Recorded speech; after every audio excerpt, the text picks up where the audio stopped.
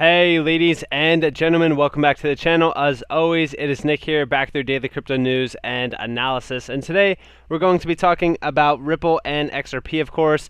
There's a lot of things to discuss. In fact, there's a lot of stuff to talk about in terms of CBDCs, bridges, bridge currencies, and all that kind of stuff. So sit back, relax, and let's jump into this. But first off, I just want to say happy Friday to everybody. It is officially Friday. I'm very excited for that as we do march forward on into the weekend. For anybody who is a UFC fan out there, this weekend is going to be fairly exciting. Let me know who you guys have in terms of your picks down in the comments below. Also, if you guys are new to the channel, definitely hit that like, subscribe, and turn notifications on, as it does help the channel grow immensely. So let's refresh and let's check out what is happening in the market. So first off, Bitcoin and Ethereum have been stable for the most part. Nothing too crazy in terms of changes there. XRP has been ranging around the $1.15 to $1.25 point. I think that once we break over $1.25 and actually hold that line, that's where the significant move actually happens. Of course, we are ranging on some major support at around the $1.15 to $1.20 point. $1.20 has been showing a lot of resistance though. So until we do really get a nice breaking point above, like I said, $1.25, we're not going to see too much crazy movement. But I think if we could find some major support around the $1.25 point, we could pretty much target $1.50 fairly fast. So I'm very excited for that nice price action to really kind of ensue. Now, like I've discussed in the past, this month is very key for XRP in terms of us kind of just ranging sideways a little bit. But I would not be, a little bit alarmed if we did see a major move beforehand. In fact, I'm more so eyeing this point here where we pretty much went from 25 cents to about 30 cents. Here, I think that we could see an actual dollar move this year because this is 2017, of course. Now, November wasn't anything special for XRP, realistically. December was. December is when we really kind of jumped out and pretty much made that nice all-time high, going all the way up until around January 6th. So, definitely pay attention to the next 2 months as they are going to be life-changing for a lot of individuals out there. But let's first off move on. But before we fully move on, I just want to let you guys know, if you guys are interested in my portfolio insights, my exit strategies, all that kind of stuff, you guys can find that information on NCashOfficial.com. The Crusader Trading Bundle Pack is the best deal for your dollar, as it does include all future products and all the products on the website, all jammed into one package price. So definitely look into that if you guys are interested into something like that. You guys are not obligated to purchase anything on this website or anything like that. I give away a ton of free information on this channel anyways, and you guys can pretty much utilize that on a day-to-day basis. Now, I do want to talk to you guys about the bridge currency aspect with XRP. We already know, in terms of the XRP ecosystem, that XRP cannot simply be $1. In fact, it has to be a lot higher in terms of price. Everybody has known that. Everybody goes back to David Schwartz saying that it needs to be a much higher price for efficiency and pretty much the scalability factors. And that's what we're seeing here. Bridge asset between wholesale CBDCs. This is why XRP cannot be $1, not if it will be effectively handled or handling all of the world's cross-border payments. For scalability, one drop of XRP can be $1. What do you think? What would it need to be to make it the most functional? I love this question. And guys, you guys could pretty much comment down below as well with an answer to this question, because I'm fairly interested on a lot of individuals' insights on this. XRP was never designed for buying coffee. Our positioning for XRP is a wholesale digital asset. Now, when we're talking about this, I'm more so looking at XRP being $100 plus at some point in time for the effectability of being a scalable asset to really kind of grasp a lot of the cross-border payment flows. That's what I'm more so talking about, and I honestly am excited for the future of XRP. I'm excited for $100, $1,000, and at some point in time, much higher price targets, especially at massive scale and adoption. Now, I do also want to talk to you guys about what's happening overseas. In fact, we're seeing here a full-scale MCBDC network could save $100 billion per year. Now, I've always said when we're talking about, cross-border payments and SWIFT and all this stuff, that, Ripple and SWIFT are pretty much the big name in the game right now for this. We're actually seeing the one question of commercial efforts. The report compared existing systems, including Ripple and SWIFT. While SWIFT topped the blockchain company on the question of transparency, Ripple was a clear winner in instant settlements. Both were more or less equally matched in terms of low cost, but XRP's volatility was cited as an issue.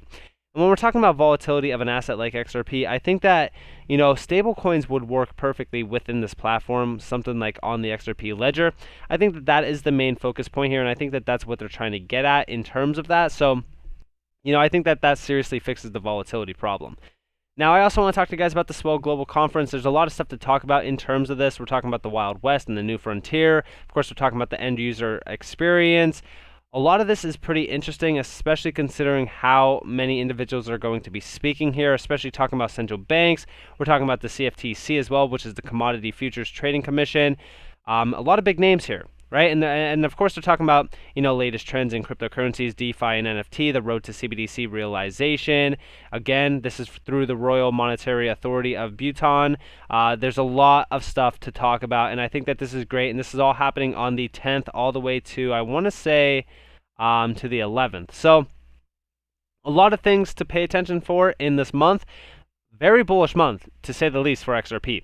Gus is here. Hope you all realize the last 2 months of the year will be epic. And this is the truth. And I've always said this about XRP, and I've also said this about XLM. Pay attention to XLM. If you guys haven't been paying attention to it, you guys are going to miss out on some major gains, because right now it's down about 2.32%. But these two assets love to move closely. Don't take my word for it. Take the 2017 and 2018 bull run for an example, right? During November, now, most of November was fairly, stable. There was a little bit of a jump initially, but the major move started happening at the end of November into December, and that's when we really had that topping point around the 2nd. Now, of course, XRP topped around the 6th, so these two assets are going to kind of be moving a little bit here and there. So, overall, I'm watching these two assets like a hawk, especially during the last 2 months of the bull run. Now, we also talk about this. China's 6 state-owned banks, part of MCBDC Bridge Swift Replacement Ledger Insights Enterprise Blockchain. Now, this goes, of course, back to this. This is a Swift replacement, essentially, which could be fairly interesting. And, of course, we're talking about a major bridge. We're talking about, enterprise blockchain. Check this out. They're talking, of course, about, a project for cross-border payments might replace Swift. However, should it reach production, it will remove the need for SWIFT for the participant jurisdictions.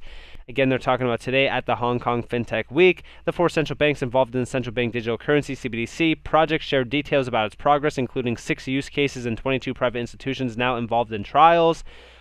Pretty interesting, right? And of course, there's a few names here like Thailand and UAE, which we know, XRP is huge there.